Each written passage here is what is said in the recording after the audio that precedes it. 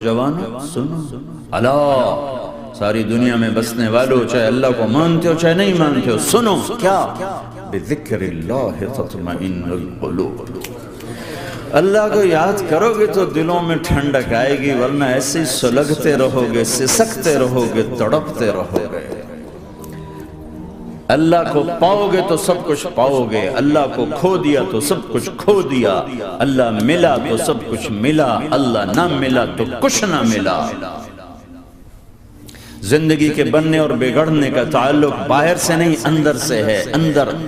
دل دریا سمندروں ڈوگے کون دلاں دیاں جانے ہو وچے بیڑے وچے جھیڑے وچے ونج مہانے ہو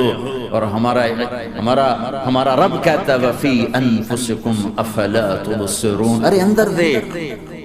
دیکھ باہر نہ دیکھ اندر جھانک تو سب کچھ تیرے اندر پڑا ہے باہر نہیں ہے اندر ہے ادھر اللہ کو بسا پھر سولیوں پہ چڑھ کے مسکرائے گا پیٹ پہ پتھر باندھ کے تم ہنسو گے کانٹوں کی سیج پر تمہیں نیند آئے گی آگ کے انگاروں پر تم پھولوں کے مزے محسوس کرو گے سوکھی روٹی میں تمہیں اللہ تعالیٰ پراٹھے کے مزے نصیب فرمائے گا اللہ کو تو پاؤ یہی تو حسین نے کربلا میں کر کے دکھایا کہ ایک طرف اللہ مل رہا تھا تو اس کے لیے سر کٹنا ہے تیار بچے ذبح ہوں گے تیار خاندان اجڑ جائے گا تیار کہ اللہ مل رہا ہے اللہ ملا تو سستا سودا جب اسماعیل علیہ السلام سے کہا نا ابراہیم علیہ السلام نے کہ بیٹا تیرے ذبح ہونے کا حکم ہو چکا ہے کیا کہتے ہو تو انہوں نے کہا جلدی کرو یا ابا تفعل ابا جلدی کرو تو ابراہیم سمجھے کہ شاید یہ پتہ نہیں چلا اس کا کہ بیٹا تمہیں خبر ہے میں کیا کہہ رہا ہوں کہاں خبر ہے بڑا اچھا سودا ہے آپ کے بدلے میں اللہ مل جائے گا اللہ آپ سے زیادہ بہتر ہے دنیا کے بدلے میں جنت ملے گی جنت دنیا سے بہتر ہے پھر معصوم بچوں کو خیال ہاں میری ماں کو ضرور تکلیف ہوگی تو اپنا کرتا اتارا اور اپنے باپ کو دیا کہ یہ کرتا آپ نے میری اماں کو دینا ہے جب مجھے کبھی یاد کرے گی تو میرا کرتا دیکھ لیا کرے گی تسلی ہو جائے گی اور آپ نے اپنے کرتے میں مجھے کفن دے کے ادھر ہی دفن کر دینا ہے ادھر نہیں لے جانا وہ مکے کی طرف کہ میری ماں کو وہاں تکلیف ہوگی میرا کٹا سر دیکھ کر بغیر سر کے پورا دھڑ وہ اس کو تکلیف ہوگی ایسا اطمینان سے اور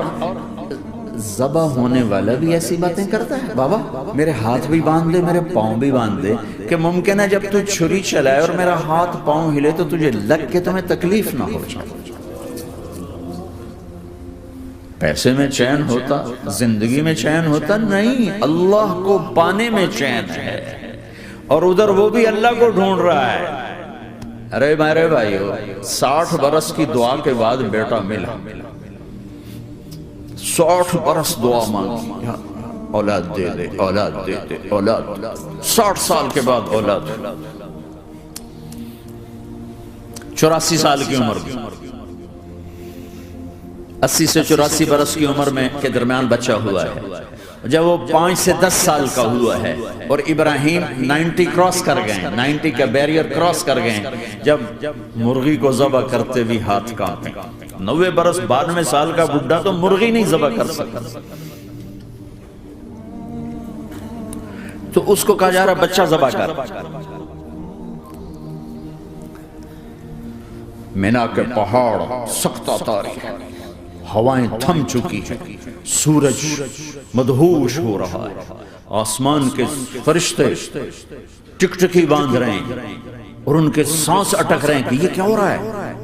کیا یہ بوڑھا کر جائے گا کیا یہ اپنے بچے پر چھری چلا جائے گا باندھ رہے ہیں ہاتھ اور پاؤں اور پھر بچے نے کہا تھا مجھے الٹا لٹانا سیدھا نہ لٹانا کہیں تیری نظر پڑے میرے چہرے پر اور پھر تو رک جائے نہیں سیدھا الٹا تلہ للجبین اسماعیل کی وصیت کو قرآن نے بیان کیا ماتھا ان کے گھٹنے کو ان کی کمر پہ رکھا اور ایسے سر کے بال پکڑے ایک ہاتھ میں چھری ایک ہاتھ میں سر کے بال اور یوں آسمان کو دیکھا، یوں تھوڑا سا اوپر اٹھایا تاکہ نیچے سے چھری چلائے. وہ چھری چلا کے مطمئن ہے، وہ چھری چلوا کے مطمئن ہے. پتہ چلا کہ میری سوچ غلط ہے، کسی اور طرف سکون ہے، جہاں میں ڈھونڈ رہا ہوں وہاں نہیں ہے. اپنی مرضی پوری کرنے میں نہیں ہے، اللہ کی مرضی پوری کرنے میں ہے. یوں پکڑا، گھٹنا رکھا، یوں دیکھا. آسمان کو دیکھنا تھا کہ فرشتوں کی چیخیں نکل. کہا اے اللہ، کاش وہ مینا کے پہاڑ ہوتے جہاں یہ قصہ ہوا تو حاجیوں کی وجہ سے انہیں توڑنا پڑا. اے اللہ،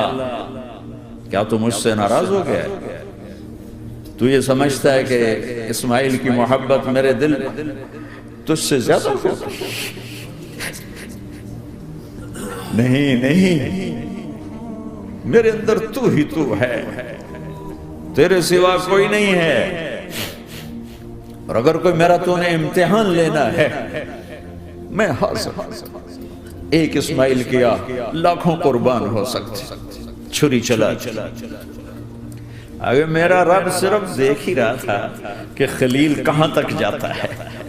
یاری نبھتی ہے کہ درمیان میں ٹوٹتی ہے. ارے تم سے بچوں پہ چھریاں نہیں چلوا رہا، تم سے کہہ رہا غلط کام چھوڑ دو. وہ تمہاری ہلاکت اور بربادی کا ذریعہ ہیں.